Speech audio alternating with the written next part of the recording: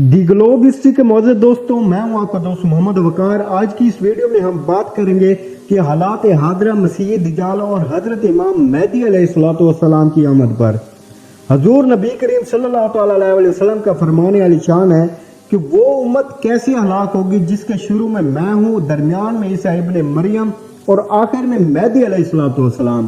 اس حدیث مبارکہ کا مفہوم یہ ہے کہ جس طرح یہود و نصارہ اپنے مقدس کتب میں تحریف کر کے گمراہ ہوئے اور ان کے بعد اعمالیوں کے سبب ان پر مصائب ڈھائے گئے اور ان کی کتب ہی ختم ہو گئی اور اصل تعلیمات مسخ ہو گئی، یہ سب مسلمانوں کے ساتھ نہ ہوگا، کیونکہ یہود نے اپنے انبیاء کی تعظیم نہ کی بلکہ ان کو شہید کیا۔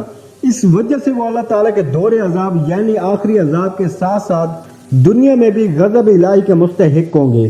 مگر امت محمدیہ نے اپنے نبی کی تعظیم کی تو اللہ تعالیٰ نے ان کی حفاظت کی اور ان کی کتاب قرآن کریم کی بھی حفاظت کا ذمہ لیا۔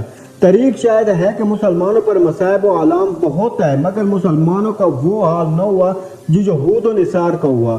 حضور اکرم صلی اللہ تعالیٰ علیہ وسلم کے ذریعے لوگوں کو اللہ تعالیٰ نے ایمان کی دولت بخشی اور بعد میں ابتلائی آزمائش اور گمراہی کے دور میں اولیاء کرام اور ان کے بعد حضرت امام مہدی رضی اللہ تعالیٰ عنہ کے ذریعے اسلام و مسلمانوں کی مدد فرمائے گا، اور آخر میں اللہ تعالیٰ حضرت عیسیٰ علیہ السلام کے ذریعے مسلمانوں کو ظلم و ستم سے نجات دلائے گا۔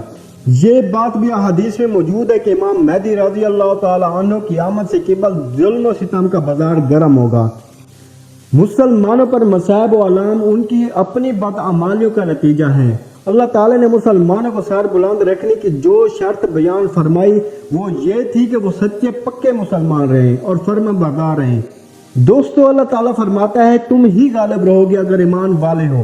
ایمان والے رہنے کا مقصد یہی کہ زبان اور دل سے سچے پکے فرما بردار رہنا۔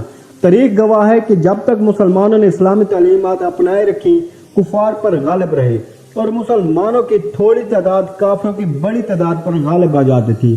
مثال کے طور پر حضرت خالد بن ولید رضی اللہ تعالیٰ عنہ، محمد بن قاسم، موسیٰ بن نصیر، سلطان محمود غزنوی، شہاب الدین غوری، نور الدین زنگی، صلاح الدین ایوبی، سلطان محمد فاتح جیسے عظیم الشان لوگوں کا نام ایسے لشکروں کے سپر سلاروں کی حیثیت سے نمایاں نظر آتا ہے۔ لیکن جب مسلمانوں میں بدعمالیاں عام ہوئی تو تنزلی اور بربادی کا شکار ہوئے۔ پہلی جنگ عظیم میں سلطنت عثمانیہ کا ختم ہو جانا اور انگریز کی سازشوں سے ہند میں مسلمانوں کے بدحالی وغیرہ گواہ ہیں۔ مقصد یہ بتانا ہے کہ جب سے مسلمانوں نے دینی تعلیمات کو چھوڑ دیا ہے تو روز بروز آفات و آلام تنزلی کا شکار ہیں۔ آپس کے اختلافات اتنے ہیں کہ ہر شخص دوسرے کی ٹانگ کھینچ رہا ہے، صرف خود کو بڑا بنانا مقصد رہ گیا ہے، خواہ کسی طریقے سے ہو، ہر خاص و عام اس میں مبتلا ہے۔ معاشرہ اتنا خراب ہو چکا ہے کہ کوئی فرد واحد اس کو سدھارنے کی طاقت نہیں رکھتا۔ جاہلیت کی طرح اسلام کے خلاف باتیں مسلمان روز بروز اپناتے جا رہے ہیں اور دین سے روز بروز دور ہوتے جا رہے ہیں۔ اسی دور کے بارے میں حضور اکرم صلی اللہ تعالیٰ علیہ وسلم کا فرمان مبارکہ ہمیں نظر آتا ہے کہ ہر گھر میں فتنہ ہوگا، اور فرمایا کہ فتنے اندھیری رات کی طرح ہوں گے، آدھی صبح کو مومن، شام کو کافر، اور شام کو مومن اور صبح کو کافر ہوگا۔ لوگ رقم کے بدلے ایمان بیچ دیں گے، اور فرمایا کہ دہشت گردی اور خواہ قتل عام ہوگا۔ تو جب اتنی خراب صورتحال ہوگی تو فرد واحد میں کیسے طاقت ہوگی کہ معاشرہ کو صحیح کر سکے؟ اس وقت اللہ تعالیٰ حضرت امام مہدی رضی اللہ تعالیٰ عنہ اور حضرت عیسیٰ علیہ السلام کو بھیجے گا اور وہ لوگوں کو ظلم و ستم سے نجات دلائیں گے اور زمین کو عدل و انصاف سے بھر دیں گے۔ اگر ہم اپنے معاشرے کو دیکھیں تو اندازہ ہوگا کہ آج صورتحال اتنی خراب ہو چکی ہے کہ فتنوں کی برسات ہے، ہر گھر میں فتنہ ہے، اور سب یہ ہمارے بدعمالیوں کا نتیجہ ہے۔ ہم خود کو درست کرنے کی بجائے آسمانی مدد کی آس لگائے بیٹھے ہیں۔